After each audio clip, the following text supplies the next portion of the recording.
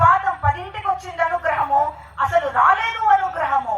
అయితే రాలేదు అన్న విషయం లేదు, ప్రతి ఒక్కరికి వస్తుంది. అంటే మనము ఒక గురువుని నమ్మినప్పుడు ఎంత నమ్మకంగా ఉండాలి అన్న విషయంగా చెప్తున్నాను. 6వ సంవత్సరం హైదరాబాద్ లో గొప్ప శివభక్తులైన శ్రీమతి అనసూయాదేవి మరియు శ్రీ మాణిక్యం గార్ల ప్రథమ సంతానంగా జూలై 22న శ్రవణ నక్షత్రంలో జన్మించారు శ్రీ జీవేశ్వర యోగి పొంగవులు. పువ్వు పుట్టగానే పరిమళిస్తుందన్నట్టుగా గురువర్యులు అతి చిన్న వయసు నుంచే తన చుట్టూ కనిపిస్తున్న మనుషులు, ప్రపంచం గురించి తనకు తాను ఎన్నో ప్రశ్నలు సంధించుకునేవారు. ఆయనకు సుమారు 5 సంవత్సరముల వయసులో ప్రతి చిన్న వస్తువును, తన చేతిని, ఆకాశాన్ని, దేన్ని చూసినా చాలా అబ్బురంగా అనిపించి ఆశ్చర్యచకితులయ్యేవారు. అలా దేన్నైనా నిశితంగా గమనించడం, తదేకంగా ఆ వస్తువుతో తాదాత్మ్యం చెందడం జరుగుతూ ఉండేది.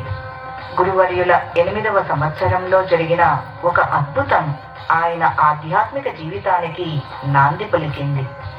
ఒకనాడు వారి పాఠశాలకి ఒక సాధు పుంగవుడు విచ్చేసి పిల్లలందరికీ ధ్యానం చేయటం నేర్పించారు.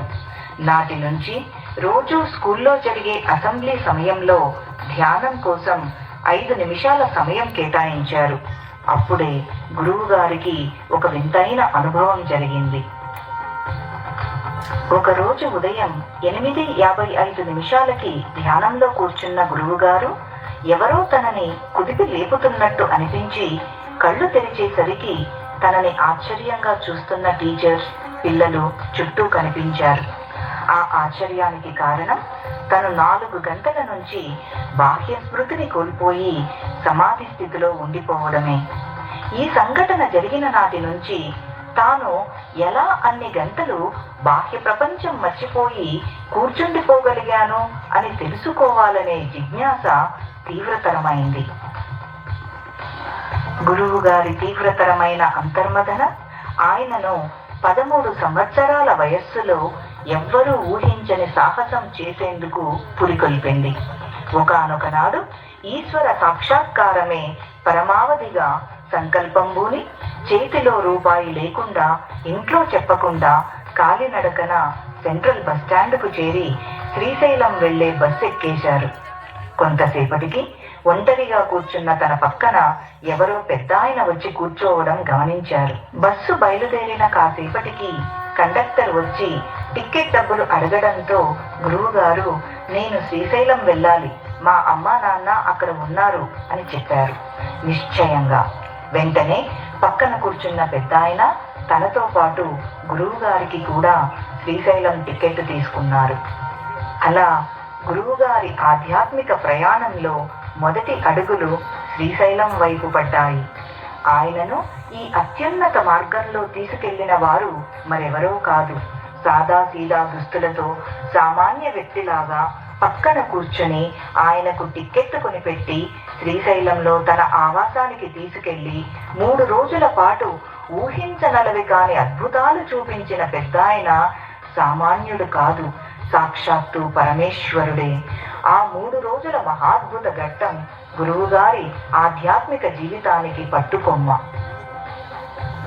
మొదటి రోజు పరమ గురువు గారు గురువు గారిని శ్రీశైల మల్లన్న దర్శనానికి వెళ్లి రమ్మన్నారు.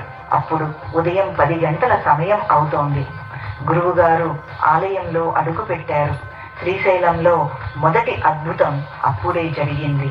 ఆలయంలో గురువుగారు తప్ప వేరెవ్వరూ లేరు. సంభ్రమాశ్చర్యాలతో, ఆనందోత్సాహాలతో గురువుగారు మల్లన్నను ఆలింగనం చేసుకుని గంటకు పైగా అత్యున్నత స్థితిలో ఉండిపోయారు. పరమ గురువర్యులు ఎల్లవేళలా ధ్యానంలో ఉండడం గురువుగారు గమనించేవారు. మరుసటి రోజు ఎదురుగా వచ్చి కూర్చోమని పిలిచారు. పక్కన పడి ఉన్న ఒక చిన్న కీటకాన్ని అరచేతిలో తీసుకుని ప్రాణం ఉందో లేదో గమనించమన్నారు. గురువుగారు 10 నిమిషాలకు పైగా దానిని తీక్షణంగా గమనించి ప్రాణం లేదని ధృవీకరించారు. అప్పుడు పరమ గురువులు ఆ జీవిపై పసుపు కుంకుమను చల్లి గుప్పిట ముయ్యమన్నారు. ఆ తరువాత ఆయన ఏవో మంత్రాలు పఠించారు. గుప్పిట విప్పమన్నారు. ఆశ్చర్యం. జీవికి పరమ గురువులు ప్రాణం పోశారు. ఇలా ఎన్నో.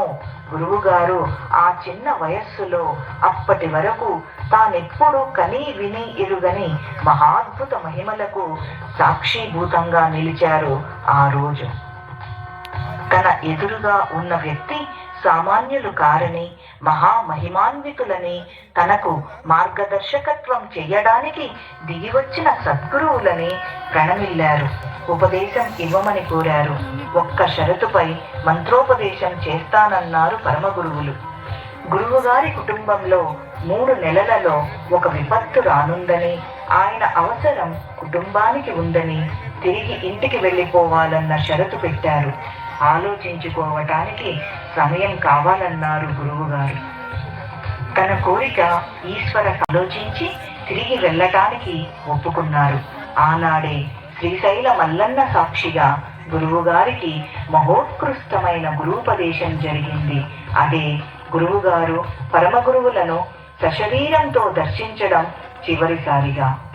పరమగురువులు ఇచ్చిన విజిటింగ్ కార్డ్ చేతబుచ్చుకొని పరమానందంతో హైదరాబాద్ తిరుగు ప్రయాణమయ్యారు. సరిగ్గా 3 నెలల తరువాత ప్రశాంతంగా సాగిపోతున్న కుటుంబంలో పరమగురువులు హెచ్చరించిన విపత్తు రానే వచ్చింది.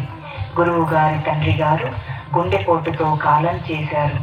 ఆర్థిక ఇబ్బందులు, తల్లిగారికి మనోధైర్యం, చిన్నవాళ్లైన సోదరుడు సోదరుల విద్యాభ్యాసం తదితర బాధ్యతలన్నీ ఒక్కసారిగా చుట్టుముట్టాయి. అప్పుడు పరమగురువులు ఇచ్చిన విజిటింగ్ కార్డ్ గుర్తు వచ్చింది. పరమగురువులను కలవాలన్న ఆశతో అందులో ఉన్న చిరునామాకి వెళ్ళి ఆరా తీయగా అలాంటి వారెవరూ అస్సలు అక్కడ లేరని, ఆ చిరునామాలో ఇచ్చిన ఇంటి సంఖ్య కూడా అక్కడ లేదని తెలిసింది. కుటుంబ పోషణార్థమై నిత్యావసర వస్తువుల దుకాణం ఇంటి ముందు భాగంలో నడిపేవారు. ఈ రోజుల్లో గురువుగారి దినచర్య ఎంతో స్ఫూర్తిదాయకంగా ఉండేది. ఉదయం 5 గంటలకు సైకిల్ మీద సుమారు 400 పాల ప్యాకెట్లు ఇంటింటికి వెళ్లి వేసేవారు. తరువాత 8 గంటలకి తమ్ముడు చెల్లి ఇంట్లో తమతో పాటు చదువుకుంటున్న ఇంకో వరుసకి తమ్ముడు చెల్లిని తీసుకుని పాఠశాలకు వెళ్ళేవారు. సాయంత్రం 4 గంటలకు పాఠశాల నుంచి తిరిగి వచ్చాక దగ్గరలో ఉన్న మార్కెట్కి వెళ్ళి దుకాణానికి కావలసిన సరుకులు తీసుకువచ్చి తల్లిగారిని ఇంటి పనులు చూసుకోవడానికి పంపించి తను దుకాణంలో రాత్రి 9 గంటల వరకు ఉండేవారు. అందరూ రాత్రి భోజనాలు చేసి విశ్రమించాక అప్పుడు రాత్రి 10 గంటలకు మొదలయ్యేది గురువుగారి సాధన. గురువుగారి సాధన ఇంట్లోనే కాకుండా 2 అద్భుతమైన ప్రదేశాలలో కొనసాగేది. ఒకటి వారి ఇంటి దగ్గరనే ఉన్న శ్మశానంలో, రెండవది సుమారు 3 శతాబ్దాల క్రితం జీవించిన యోగి శ్రీ కేశవ స్వామి వారి జీవ సమాధి వద్ద. గురువుగారు అన్ని బాధ్యతలు నెరవేరుస్తూనే క్రమం తప్పకుండా రోజుకి 2 నుంచి 4 గంటల పాటు సాధన చేసేవారు. ఒక్కొక్కసారి సాధన వల్ల వారి శరీరం మెడక్రింది భాగమంతా చచ్చుబడినట్టు అయ్యేది. మళ్ళీ కొద్ది గంటల్లో మామూలు స్థితికి వచ్చేది. వారి సాధన తీవ్రతరమవుతున్న కొద్దీ వారికి చాలా అతీత శక్తులు సిద్ధించడం జరిగింది. గురువు గారు చదువుకునే రోజుల్లో తన సాధన కోసం దొరికిన ఏ చిన్న అవకాశాన్ని వదులుకునేవారు కాదు. ఇంటర్ మరియు గ్రాడ్యుయేషన్ చేసే రోజుల్లో ఆయన ఎక్కువ సమయం గ్రంథాలయాలలో కూర్చుని సాధన చేసేవారు. కొన్నిసార్లు ఎవ్వరికీ చెప్పకుండా కొన్ని అజ్ఞాత ప్రదేశాలకు వెళ్ళి కొన్ని రోజుల పాటు తపస్సు చేసేవారు. ఒకసారి అలా వెళ్ళి తపస్సు చేసుకుంటున్న సమయంలో ఎవరో అపరిచితులు ఆయన ఫోటో తీయడం జరిగింది. ఆ ఫోటోలో గురువు గారి చుట్టూ 116 మంది దేవీ దేవతలు కనపడడం ఒక మహాద్భుతం.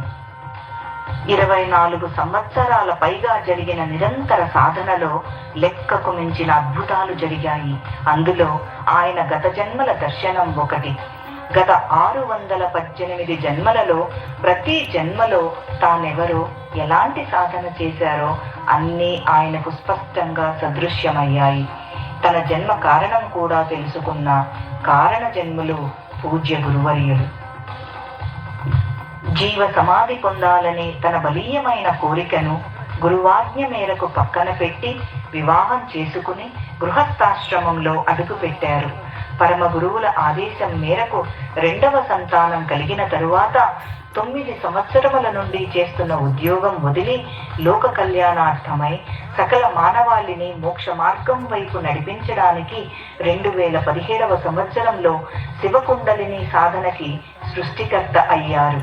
తానే శివుడిని అని తెలుసుకున్న జాగృత కుండలినితో జన్మించిన శ్రీ జీవేశ్వర యోగి కోట్ల మందిని మోక్ష మార్గంలో నడిపించడానికి కాదు మోక్షాన్ని ప్రసాదించడానికి దృఢ సంకల్పంతో ముందుకు సాగుతున్నారు. శివోహం, శ్రీ జీవేశ్వర యోగి శివోహం.